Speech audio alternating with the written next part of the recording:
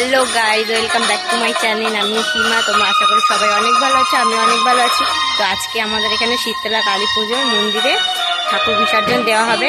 তো এখানে তো পুজো তোমরা সবাই জানো, তো সেটারই আজকে ঠাকুর বের করে বিসর্জন দেওয়া হবে। তারপরে পুজোর সময় নতুন ঠাকুর নেওয়া হবে। তো তোমাদের সঙ্গে ব্লগটা শেয়ার করব, চলো।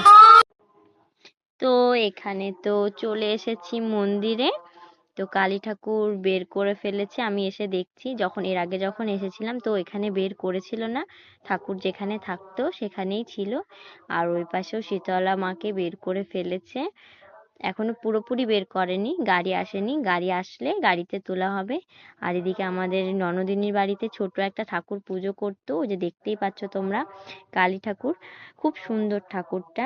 তো ওই ঠাকুরটাও এখন ভাসান দিয়ে দেবে, দিয়ে আবার নতুন করে ঠাকুর তুলবে ঘরে। তো এখন আমাদের পুচকা সবাইকে একটু সিঁদুর দিয়ে দিচ্ছে।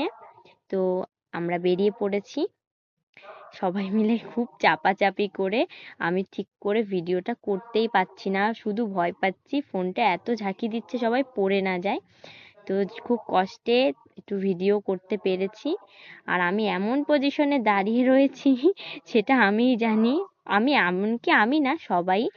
আর তলায় একটা জিনিস দেখাই, চলো। আমার ননদিনী দেখো কিভাবে বসেছে, ও দাঁড়িয়ে যেতে পারছে না। আর এতটাই লোড হয়ে গেছে যে দাঁড়িয়ে যেতে পারবেও না, ঝাঁকি খাবে। তো বসে ও রিল্যাক্সে যাচ্ছে, ওই একমাত্র ভালোভাবে যাচ্ছে। মনে হচ্ছে যেন ও বসতে পারছে না, কিন্তু ওই ভালো করে যাচ্ছে।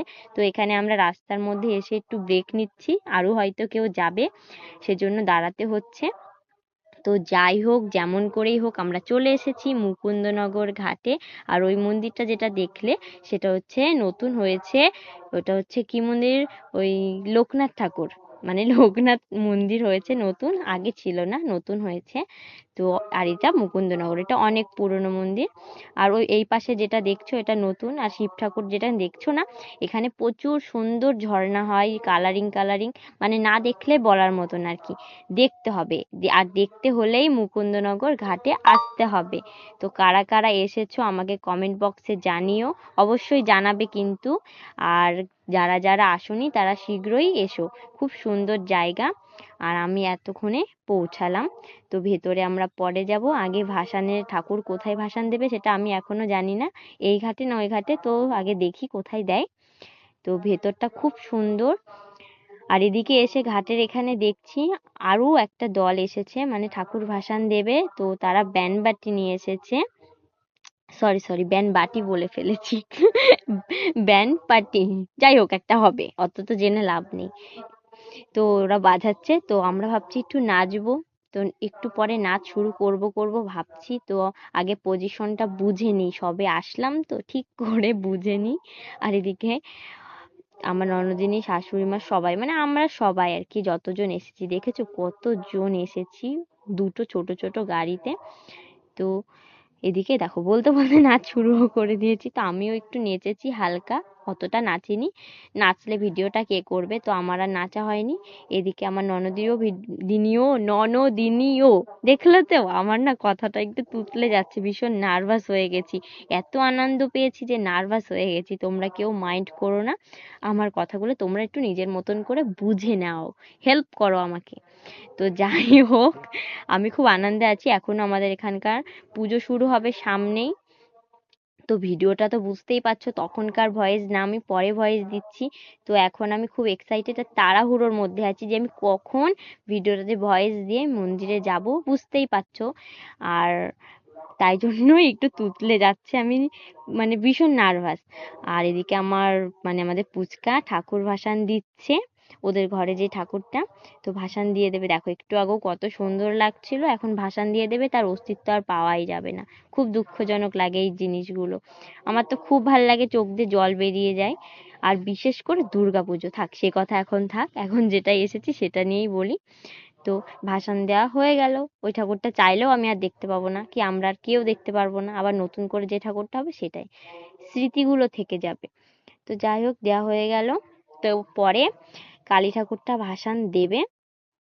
আর শীতলা মাকে জানো, শীতলা মাকে মনে হচ্ছে ভাসান দেয় না, আমি জানি না, শীতলা মাকে ভাসান দিবে না মনে হয়, পাশে কোথাও বসিয়ে রাখবে, যাই হোক পরে দেখছি সেটা। আর এখন ভাসান দেবে বলে এ দেখো বের করে ফেলেছে।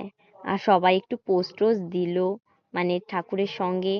আর এদিকে এখন ঘোরাবে ঠাকুরটাকে, মানে ভাসান দেওয়ার আগে ঘোরাতে হয়, তাই একটু ঘোরাবে। তো ঘুরিয়ে তারপরে মনে হয় ভাসান দেবে। আর এদিকে বাদবাকি সবাই স্নান করছে। আর এই মুকুন্দনগর ঘাটে আমি খুব ভয় পাই, কারণ প্রচুর দুর্ঘটনা হয়, কিন্তু ওটাও একটা ভুল কথা, যার কপালে যেটা থাকবে সেটাই হবে, সেটা তো আর কেউ খণ্ডাতে পারবে না। তবুও আমার খুব জলে আমি খুব ভয় পাই, কিন্তু এদিনকার জলে গেছি, আমার মানে আমার শাশুড়ি মা আর আমার ভাগ্নি দুজনের ধরে চান করেছি, তো ভয় কেটে গেছে, আর ভয় লাগে না। তো দেখো ভাসান এক্ষুনি দেবে দেবে ভাব, ভীষণ ভারী তো ঠাকুরটা, সবাই মিলে ধরেছে। দেখো আবার মনে হয় হয়নি, আরো একটু ঘোরাবে। তো ঘোরানো কয় পাক ঘোরালো আমি খেয়াল করিনি। তো যাই হোক, যে কয় পাকই ঘোরাক, তো ভাসান এখন দিয়ে দিচ্ছে। দেখো দিল দিল দিল, একদম দিয়ে দিল। দেখো সবাই পড়ে যাচ্ছিল। ভাসান দিয়ে দিল ঠাকুর। আচ্ছা ঠাকুরগুলো কোথায় যায়? জলে কি মিশে যাবে, তাই না? তাহলে কাঠামো তো মিশে যায়, কিন্তু ঠাকুর কোথায় চলে যায়? আমার যত বোকা বোকা কথা তোমরা শোনো না তো। তোমরা হচ্ছে গিয়ে আমার কোনো কথা কান দিও না, এমনি যেটুকু শোনা শোনো, একদম কান না দিলেও হবে না, একটু দিও। যাই হোক, আর তোমরা আমাকে কেউ ফলো করছো না, আমার ভিডিও শেয়ার করছো না, কেন করছো না? তোমরা আমাকে কেউ বন্ধুই ভাবতে পারছো না, তাই জন্য আমার ভিডিও কেউ শেয়ারও করছো না। আর যদি কেউ আমার ভিডিও ফুল দেখে থেকো, তাহলে আমাকে প্লিজ শেয়ার করো, অনেক অনেক কমেন্ট করো। আর দেখেছো, আমি বললাম না, আমার মনে হচ্ছিল যে ঠাকুরটা ভাসান এই ঠাকুর মনে হয় ভাসান দেয় না, শীতলা মাকে মনে হয় পাশে, হ্যাঁ পাশে তো দেখো আরো অনেক ঠাকুর বসিয়ে রেখেছে, তো এই ঠাকুরটা বসে, তো কত সুন্দর। আর এদিকে আমি চলে এসেছি স্নান করতে, তো এসে দেখছি মা, ননদিনী, তারপর আমার ভাগ্নি, আমার ছেলে সবাই স্নান করতে নেমে পড়েছে। তো ওরা স্নান করছে, আমাকে ডাকছে আসো আসো, আমি এখন নামবো। তো এখন স্নান করে নিই, বাই।